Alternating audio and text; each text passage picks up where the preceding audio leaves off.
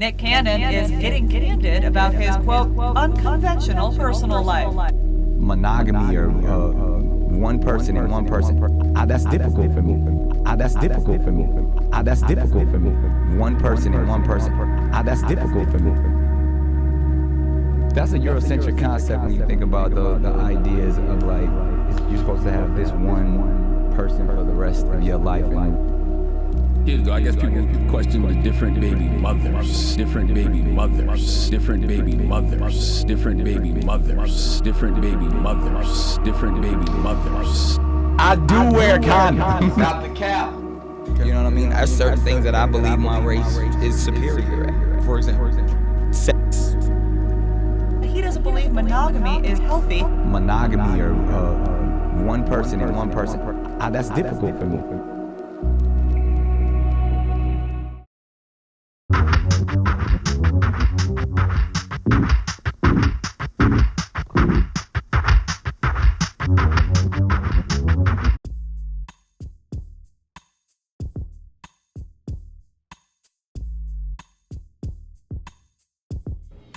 Wow.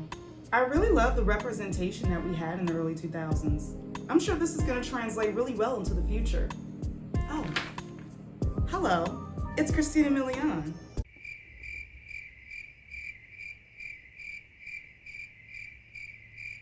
It was worth a shot.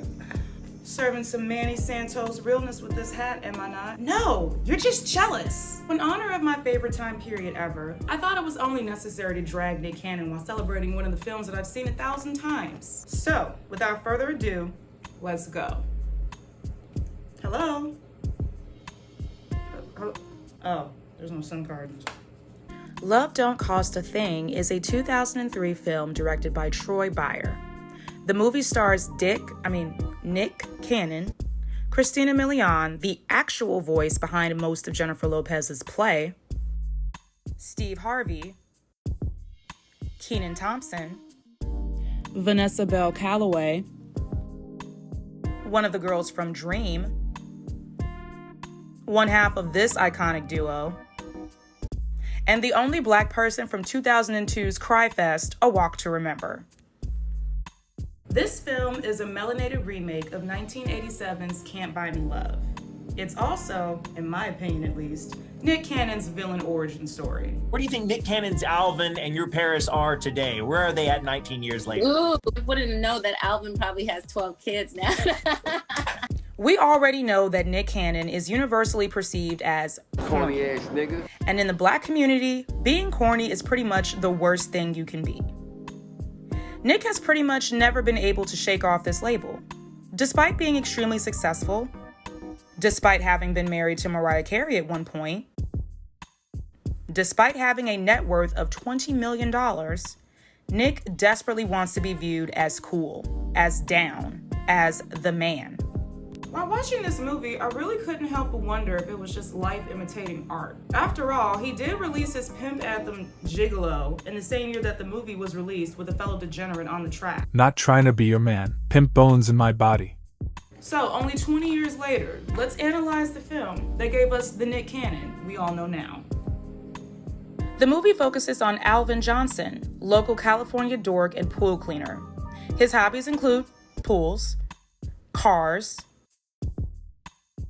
and Michael Jackson.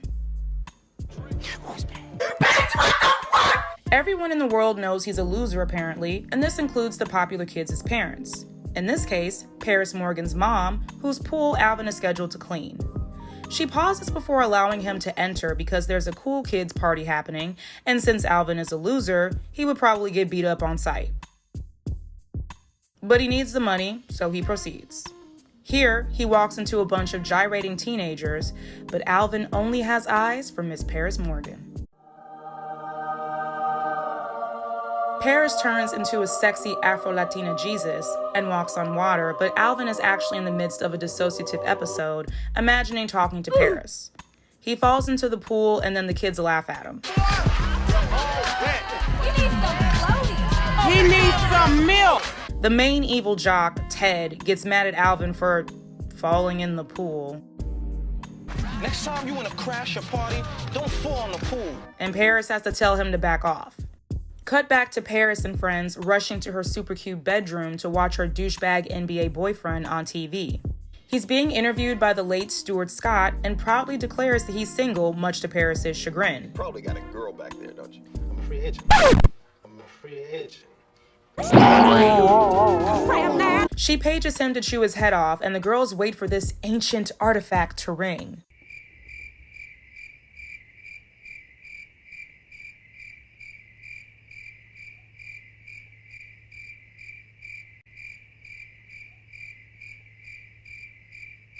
But it doesn't, as we find out the next day. Yeah, well, he better call, and he better have a good explanation. This obvious betrayal doesn't stop her from wearing an outfit that shows her loyalty to him. We meet Alvin and his nerd herd consisting of Kenan Thompson, Kumar, and grown-up Chicken Little. Alvin begins slobbering once he sees Paris and just decides to sneak into the forbidden hallway to stare at her like a creep. Yeah, apparently the jocks patrol a certain portion of the school. So I guess there's no teachers around here. And damn, like, what are the bathrooms around the hallway? Yo. Y'all busted stinking up our hallway again? No. Walter risks life and limb to go walk the forbidden hallway, but gets caught and tries to bribe his way out of an ass whooping by proving he's on their socioeconomic level.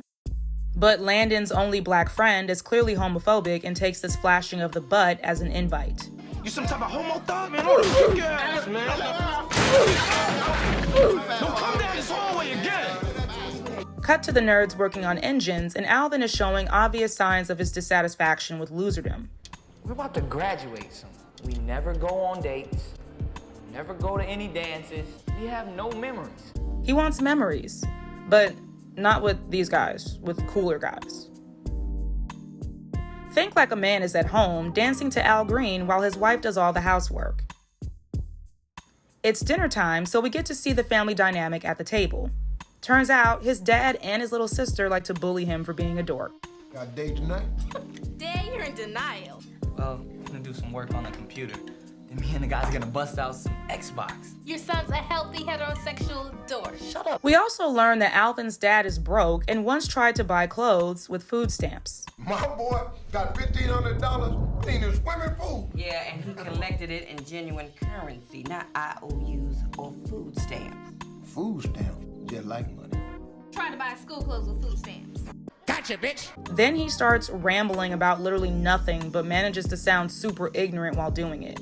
All that working like that, without no loving. You hear about all them students over there in China, all of them be jumping out of them windows. How many of them over there? How many Chinese people over there? Give me a figure. What about 25? What about 30 billion of them? 30 billion people ain't got a one Barry White over there. You ever seen a big old fat black Chinese Barry White man? Steve Harvey just has an excellent knack for consistently giving ignorant uncle energy. You know, why do men cheat? But I mean, it's really because there are so many women out there willing to cheat with them. Real men. Straight men. Gay men are real men. They are real men. I mean, but what is an atheist? I don't really get into that. You know what? I've talked to people all the time. I'm an atheist. I just walk away. Steve, what's the best way to let a man know that you're not interested in him? Sure. You could like a restraining order. Enjoy your nice brown glass water. Enjoy your nice brown glass water. I'm still a piece of garbage. Cut to some more dysfunction. Paris is still waiting for Drew to call and explain himself. Her mom is leaving for a weekend fest with her significantly younger boyfriend. Paris is tasked with putting away the Escalade, but she instead takes it out joyriding, which her mom forbade her from doing. Her douchebag boyfriend begins gaslighting her when he finally does call her back. It's Drew. Why'd you have to go and diss me? Oh, why you sweating me? Come on. Who loves you? Drew gets approached by an exotical prostitute. You're like Alvin Clark, sugar. Is that Nicole Scherzinger? And begins ignoring Paris. Who's that? Who's who? Like that, the limo driver popped the tire. While Paris is repeatedly telling him her favorite Destiny's Child song, Then say my name. Say my name. You better say my name. Then say my name. she gets distracted and crashes into a tree. He needs some milk. After smashing one of the headlights, she goes to a mechanic who tells her the truck will cost $3,000? which is probably about $5 million in today's money. Then Alvin shows up. In typical predatory male fashion, he sees a desperate woman, so he swoops in to take advantage and pitches her an opportunity that will mostly benefit him. Pretend to be my girlfriend for a couple of months. 1 week. A month. 2 weeks. Okay, 2 weeks. Perfect. And then the charade begins the very next day. Paris's friends are obviously confused. I'm the one hanging with them, not you guys. Tell me who your friends are, and I'll tell you who you are. Tell me who your friends are, Yvonne, and I'll tell you who you want to be. We're gonna put a pin in this moment for later. Alvin is trying and failing to be down, and even his lab teacher is concerned when he walks into the classroom. Alvin, did you twist your ankle or something? Then, Keenan and Nick reenact a Keenan and Kel episode. Yeah, don't be that way, brother. That's a nice set. Later, Paris and crew are in home ec, and Paris is facing the tribunal over her slummage with the most well-known loser in the school. Yeah, what's Mr. Drew gonna think when he finds out you're volunteering for special ed? He carries a pull net around town on a motorized scooter. Alvin, who has already ditched his friends mentally, is now ditching them physically, sitting with Paris at lunch among a sea of dancing 20-year-olds. But Alvin simply cannot exist in peace when Ted is around because Ted hates Alvin for literally no reason. Losers sit over there to the left. Paris has to scare him off with her attitude until her judgy-ass friends show up and give him the stank face.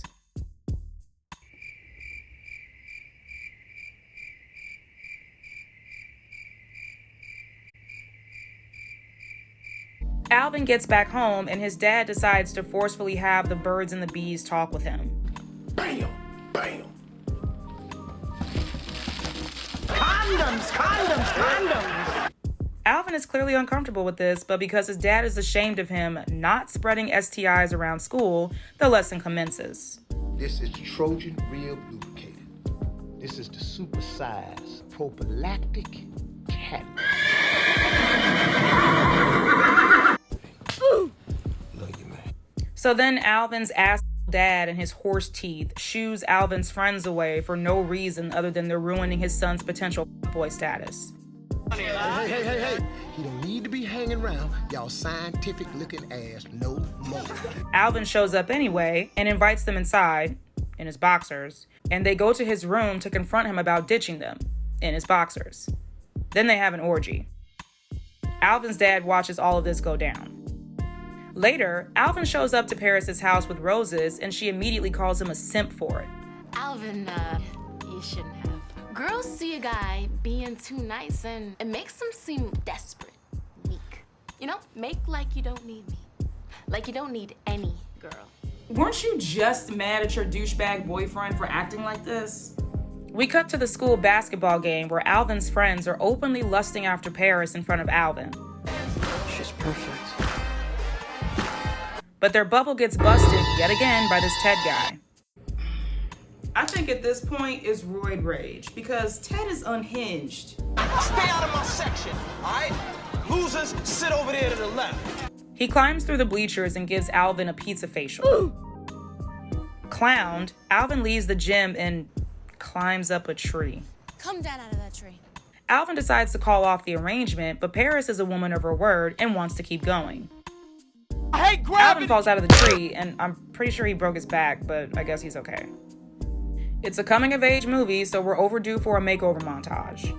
Paris buys some new clothes for him, tweezes his unibrow, and then twists his hair. Alvin's mom asks what happened to his hair, shocked that he doesn't look like he has a white mom anymore. His dad, however, is thrilled. Now he gets to teach his son how to be a boy some more. First off, he gives Alvin money to spend on girls. Not anything substantial like food or shelter or, I don't know, clothes. Trying to buy school clothes with food stamps. But for his son to stunt on bitches. Then he pulls out even more condoms. This man is cheating on his wife. Then he shows him how to open a condom with his humongous teeth and tells him what music to play during sexy time. Let her come on into your bam, on your holder. Bam, I got you right. Alvin is understandably cringed out, so he dips. His permanently apron-clad mother is confused, but then his dad says Alvin will eventually become sexually active, so he was trying to coach him. The boy going to get some. We ought to just let the boy have some fun. However, I'm sure these rules will not apply to their daughter, who is most likely readying herself to be called fast for literally developing body parts. Meanwhile, across town, Alvin makes his way to Paris's house. After suffering temporary blindness, he casually sexually assaults her mom, who is extremely unfazed, and then he and Paris leave to go somewhere. At the hangout, Alvin fixes one of his rivals' car with a condom, and then he gets hit on in Izzle speak. When you were doing your thizzle earlier, you were off the hizzle. What kind of car do you drizzle? When you were showing off your mechanic skills earlier, you captured all of our attention. What kind of vehicle do you drive? The next day, he forgets to wait up for Paris. When he sees his abandoned friends are starting to wonder where he's been, Alvin promises to see them the following weekend. I'm telling you, we'll get together this weekend, we'll work on the car, it'll be like old times, we'll have a good time, order pizzas. So of course that means he's gonna ditch them again. He meets up with Paris after school and pretty much breaks into her home when she doesn't answer, which is totally fine because her mom is never home. Ever. Man, your mama ain't never home. What are you doing just walking in my house? He finds her playing an acoustic guitar and we're introduced to her hidden depths. Alvin pretends to give a shit about her passions and then demands she gets dressed, although she has no idea where they're going, so she doesn't know how over or under to dress. Alvin takes her to a spoken word joint where Paris, who clearly has never been able to confide in anyone because her mom is never home and her friends are bitches, spills her guts to Alvin. It's being this girl with like crazy cool dreads and a guitar. After the date, she and Alvin go somewhere quiet. Paris, who is starved for genuine affection and emotional support, is ready to dump Drew and risk it all for corny-ass Alvin. There's something we've been avoiding all day. Something that maybe we ought to do. How do we do it? Let's go for it.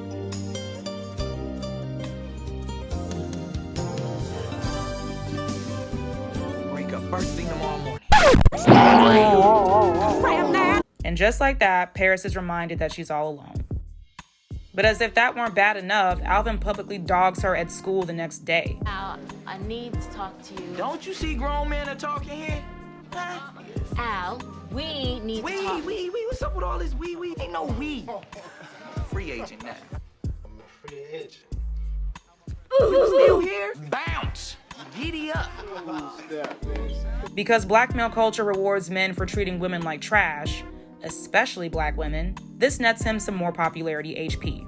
Seeing Alvin destroy Paris in public does not faze her friends at all, whose p***s begin throbbing. I want a strong brother like that. Look at him standing there looking better than a butter leather Prada bag. Paris's friend Yvonne is especially thirsty. A beleaguered Paris sees Alvin waiting up for her at her house. She tells him he was wrong for being excessively rude to her, which he doesn't care about, and just shows up at school the next day in literally every popular early 2000s brand. Then he gets hit on by Yvonne.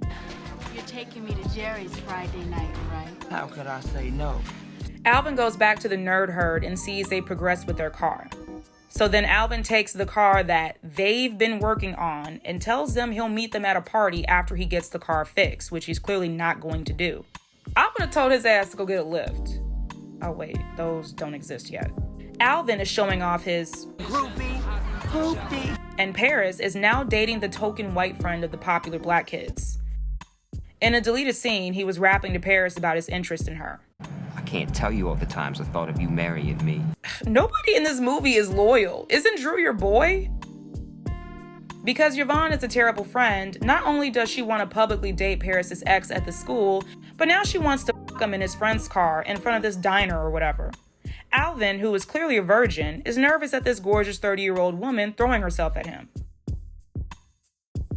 Afterwards, his friends pull up on him and demand their keys back. They rightfully cut him the hell off and then leave. Al's little sister, who is the only one taking Alvin's transformation seriously, overhears, ready to present her findings to her dumbass parents. The next day, Paris is listening to Yvonne literally bragging about breastfeeding her best friend's ex. All you gave him was a little bit of boob action. That was all he wanted. Hello? What happened to the pact? What happened to the pact that we wouldn't date each other's ex-boyfriends? This ain't Burger King. You can't always have it your way. Paris is pissed and Yvonne doesn't give a single She remembered what you said earlier. Tell me who your friends are, Yvonne, and I'll tell you who you want to be. Gotcha, bitch! Aretha brings up her suspicions the next day at breakfast, and Alvin comes in to literally prove her right. I'm telling you, he paid that girl to be his friend. The money he had for the engine, that's what he used to pay that girl.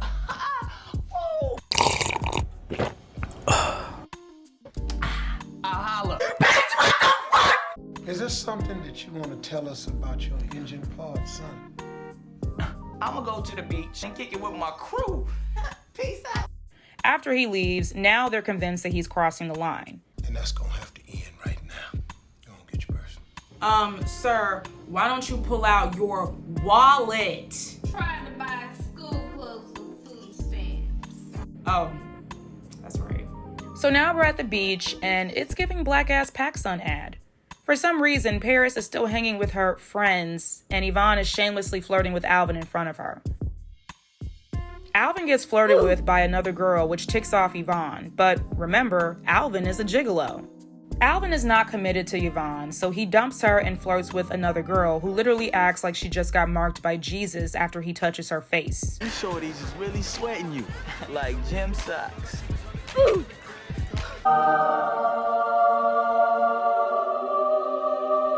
Paris confronts Alvin and tries to suggest hanging out as friends. Why? Why? Then he says the cruelest line of the film. Al. Shoot, if I known you was for sale, I would have bought you sooner. Shoot, if I known you was for sale, I would have bought you sooner. I'm still a piece of garbage. So Paris threatens to dethrone him. Now you need to slow your roll. Look, I made you Al. I will work overtime to break you, Alvin. Look, I made you Al. I will work overtime to break you, Alvin. Alvin laughs it off, and then another girl summons him. Al, baby. I'm waiting for you. When Paris slut-shames the girl by saying she gives it all away for free, Alvin basically confirms that this is why he's going. Now there's a real catch. She's giving more rides than Greyhound. But I bet you it won't cost me $1,500 for a ticket. Gotcha, bitch! Reminder, Paris bought him new clothes, fixed his unibrow, and did his hair. And then he's off to make his dad proud. Alvin's jump-off lures him away to a hookup spot. He woos her with Paris' song lyrics because he's the worst. We'll rise. Despite our fears inside. And then Drew shows up. Paris has nobody who truly cares about her and has been getting shit on throughout the whole movie. So she decides to give it a go with Drew again, but because men are gonna men, Drew's friends rat out Paris for dating Alvin, although Drew literally said he was single on national television, hadn't called her in ages, and was clearly screwing other women. Goes on the road, stays on the road. Nah, this girl, she's my first love. She can't even picture being with anybody else. One of you fools been trying to get with Paris? One of you fools been trying to get with Paris? Which one of you? Which one of you? Yo, chill, Drew. All right? It wasn't me. Why the fuck you lying? She was Al Johnson's girl. Drew is so angry at the thought of his ex-girlfriend dating someone else that he calls off the reconciliation. I didn't come back here for you to lie in my face. We're done. Get off me! Get off me! I swear, look, I haven't moved on! Paris sulks back to Alvin to get him to clear her name, but obviously, Alvin won't do it. Please just go tell him the truth. The truth is, we were dating, I got over you, and that was that. So Paris finally rats him out and tells everyone that she was his escort. Paris, why didn't you just do this earlier? He just wanted to be popular, so he spent $1,500 on me to hang out with him for 2 weeks. That's the truth. Ooh. And Alvin falls even lower on the ain't shit meter by reciting Paris' lyrics back to the girl he was about to hook up with. Olivia, what about our song, We Will Rise? Despite those who burning us, she burning us. That's my song. I wrote those words. That's my song. I wrote those words. Alvin even begs Ted, the guy who shoved a slice of pizza in his face and antagonized him the whole movie, to wait up for him. Ted, next time you want to crash a party, don't fall in the pool. See, I was just testing. Anywho, losers sit over there. Let me offer something for you. All right? I'm not feeling this kid. Alvin is now defeated. He has no girl, he has no money, he has no friends, and no camshaft. Later, Paris's white friend is begging her to get back with Drew, although Paris is ready to live her shea butter crystal lifestyle after high school. Zoe is not feeling it and just rains all over Paris's parade, telling her that the most she'll ever become is some cheating asshole's wife. I was thinking of moving to San Francisco, take singing lessons. I mean, I've been learning how to play guitar. Oh, get real, girl. You're never gonna be Alicia Keys or Nora Jones. You're gonna be the wife of an NBA star. Paris hangs up, once again realizing that she is all alone. Alvin's dad sees his downtrodden son Sam's popularity and decides, in the third act, to tell him that he's proud of him. But I'm gonna tell you something, though. I have always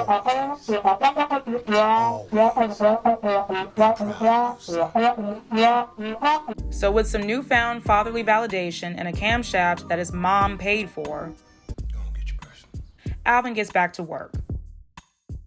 His abandoned nerd herd sees he finished the project, but they're still understandably pissed off at him. Alvin then gives them the camshaft since their old car wasn't up to snuff, and we arrive at the final showdown. The team is losing, and Roid Rage over here thinks it's because 3 people who aren't popular and literally just got to the game are sitting in the good seats. Even one of the goth kids, who I would also assume are outcasts, want them to move. Attention, losers, get out of my good luck seats now. No, we're gonna sit where we want. Get up or get beat down. Move now. Alvin's friends stand their ground, and then Alvin appears to stick up for them, aka have his final act monologue. So you want to beat somebody up, huh, tough guy? There was literally a basketball game going on not too long ago. Start beating. And I'm gonna show you who's bad. But then Walter puts Ted in a headlock, and the team carries him away. Walter is rewarded with girls for standing up to Ted. Plus, he remembers what you did to him earlier. You some type of homo thug, man? Hold on, kick your ass, man. Paris decides to run after Alvin again. What happened to the game? And brushes off Drew, who was gracious enough to let Paris apologize to him so he can keep gaslighting her. She declines and goes after Alvin, venting that she's been living in an existential crisis for damn near her entire life thus far, and Alvin is complaining about being fake for half a month. You've been fronting about who you are for 2 weeks. I've been fronting about who I am for as long as I can even remember. The end. I should also note that Nick and Christina did date in real life after meeting on the set of this film. Anybody want to take a wild guess how it ended?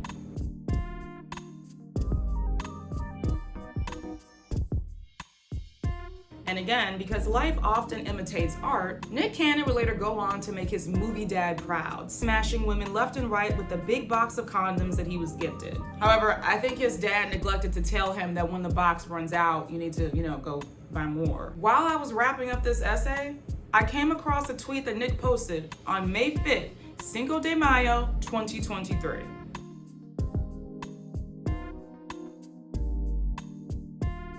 I rest my damn case.